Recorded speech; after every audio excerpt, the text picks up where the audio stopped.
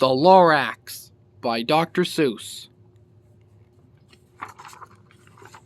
At the far end of town, where the grickle grass grows, and the wind smells slow and sour when it blows, and no birds ever sing, excepting old crows, is the street of the lifted Lorax. And deep in the grickle grass, some people say, if you look deep enough, you can still see today where the Lorax once stood, just as long as it could, before somebody lifted the Lorax away.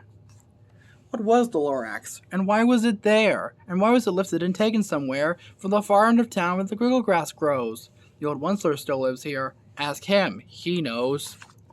You won't see the Onceler. Don't knock at his door. He stays in his lurkum on top of his store. He lurks in his lurkum, cold under the roof, where he makes his own clothes out of muffled moof. And on special dark midnights in August, he peeks out of the shutters, and sometimes he speaks and tells the Lorax to slip away. He'll tell you, perhaps, if you're willing to pay.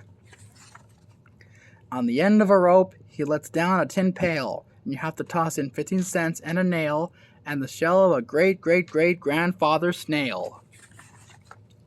Then he pulls up the pail, makes a most careful count, to see if you've paid him the proper amount. Then he hides what you paid him away in his snub, his secret strange hole in his grovulous glove. Then he grunts, "I will call you by whisper-phone, for the secrets I tell are for your ears alone." Slop!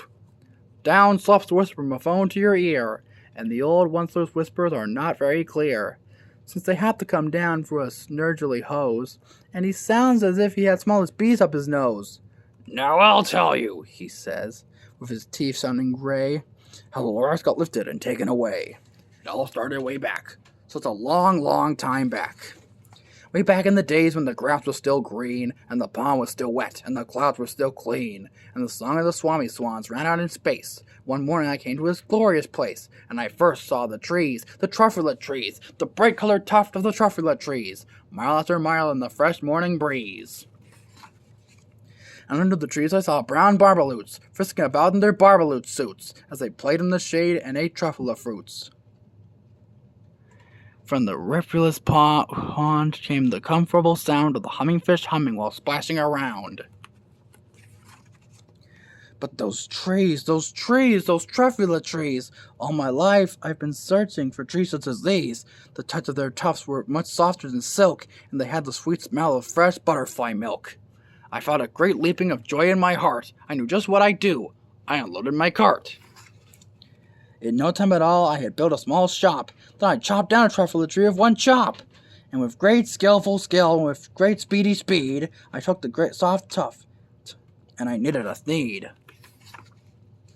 The instant I'd finished, I heard a gazump. I looked. I saw something pop out of the stump of the tree I chopped down. It was sort of a man. Describe him? That's hard. I don't know if I can. He was shortish, and oldish, and brownish, and mossy. He spoke with a voice that was sharpest and bossy. "Mister," he said with a sawdusty sneeze, "I am the Lorax. I speak for the trees.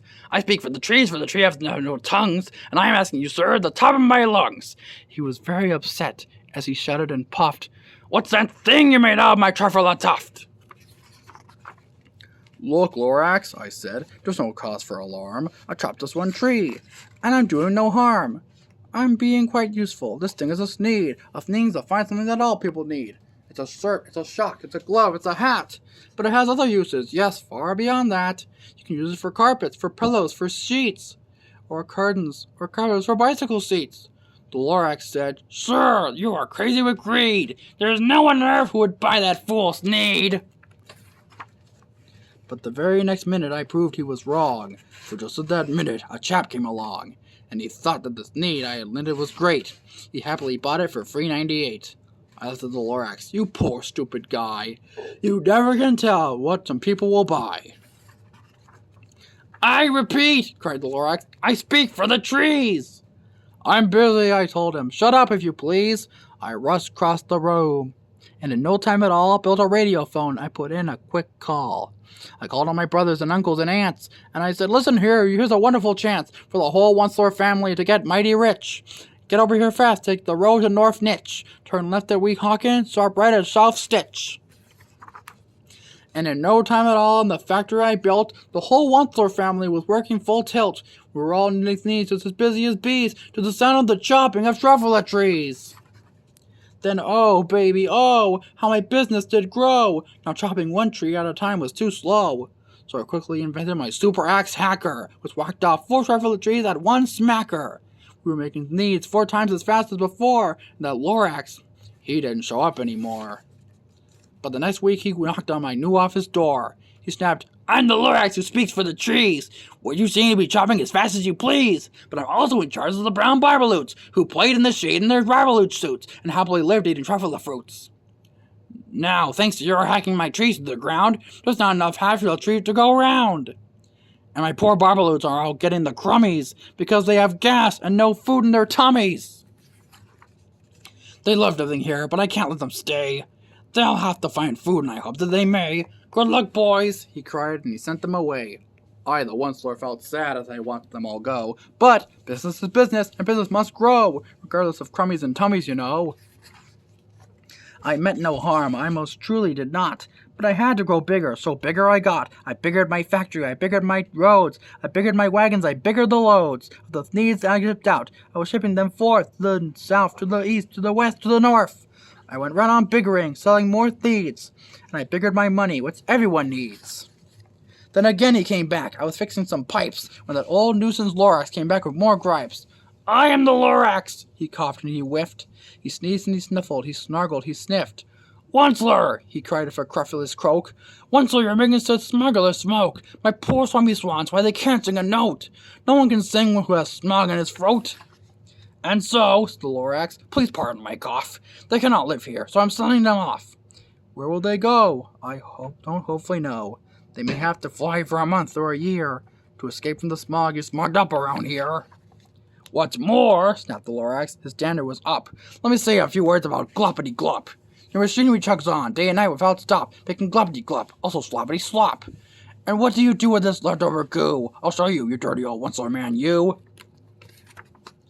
You're glopping the pond where the humming fist hummed. No more can they hum, for their gills are all gummed, so I'm sending them off. Oh, the future is dreary. They'll walk on their fins and get woefully weary in search of some water that isn't too so smeary. And then I got mad. I got terribly mad. I yelled at the Lorax, "Now listen here, Dad. All you do is yap yap and say, bad, bad, bad, bad. Well, I have my rights, sir, and I'm telling you, I intend on going on doing just what I do. And for your information, you Lorax, I'm figuring on biggering and biggering and biggering and biggering, turning more truffle trees into needs, which everyone needs." And at that very moment, we heard a loud whack. From outside the fields came the sickening smack of an axe on a tree. Then we heard the tree fall, the very last truffle tree of them all.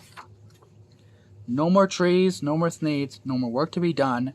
So in no time, my uncles and aunts, every one, all waved me goodbye. They jumped into my cars and drove away under the smuggled stars. Now all that was left beneath the bat-smelling sky was my big empty factory, the Lorax and I. The Lorax said nothing, just gave me a glance, just gave me a very sad backward glance, as he lifted himself by the seat of his pants, and I'll never forget the grim look on his face when he hoisted himself and took leave of this place, for a hole in the smog without leaving a trace. And all that the Lorax left here in this mess was a small pile of rocks with the one word, unless. Whatever that meant, well, I just couldn't guess.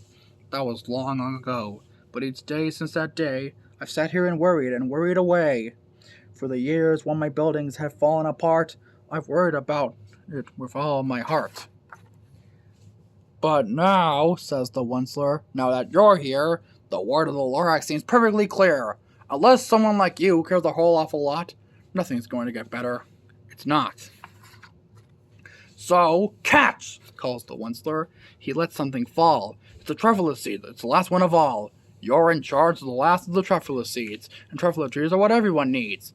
Plant a new truffle, treat it with care, give it clean water, and feed it fresh air. Grow a forest, protect it from axes that hack. Then the Lorax and all of his friends may come back.